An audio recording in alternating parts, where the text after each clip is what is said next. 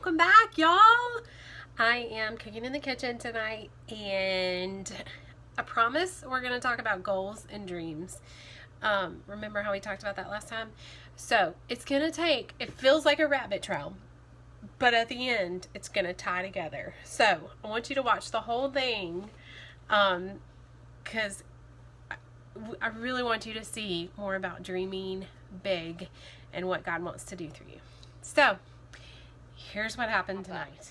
You know how you get these little really pretty like Instagram pictures, and sometimes you're like, oh man, like, do you ever wish that you looked that way or had something, you know, that somebody else had, or somebody else is making some fantastic food?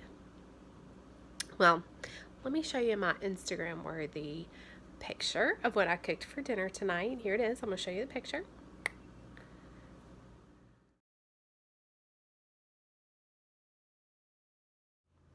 Now I'm going to show you what it really looks like, because that looks really pretty. But I'm going to flip it around and show you my kitchen. The train wreck of a kitchen. Like, I don't have a very big kitchen. But here is my stove, and I don't know if you can see, but like I got crap all on the wall over here. And like my teapot is completely covered in grease. Like this pan has seen better days. I'm gonna have to work on it. Oh, let me get over here and show you this. Hold on. Okay, so I don't have a dishwasher, so you're getting to see my dirty dishes. But look at this. Those pretty little green beans over there. The rest of them are burnt, y'all. And there is my little meatball situation with like crispy, and like, let's just not even talk about how these guys, I don't know if you can see, they're like squares. They are not round. My point is, what you see on Instagram is really not even real life. I'm gonna post a pretty little picture of my meal tonight, and everybody's gonna think, oh look, what a great cook Kate is. No, I am not. Like, this place is a wreck right now. I had to go finish my dinner because I was really hungry and I didn't want it to get cold. But here's the final thing. What you see and even sometimes hear online is not always truth. It's just a little snippet of what you see, because you saw like this really pretty picture of the dinner that I made.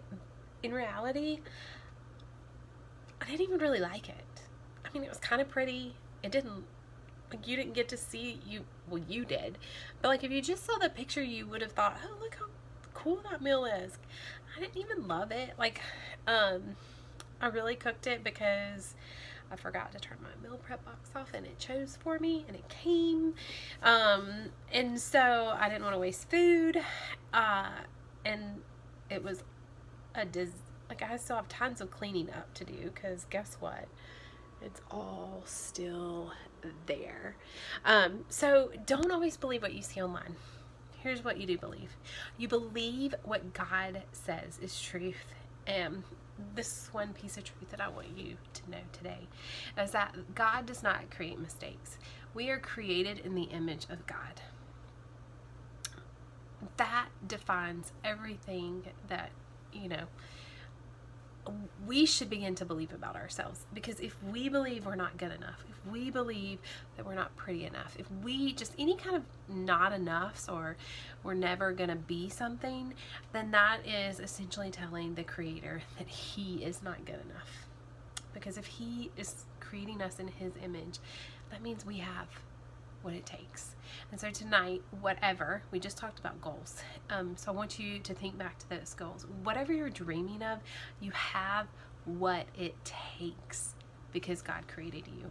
Don't get distracted by the images on your screen or what you might see in other people. Don't compare yourselves to them. God has given you what it takes to make it happen. So go dream your heart out. Don't compare, and keep going, and let God do the rest in you. Have a great evening.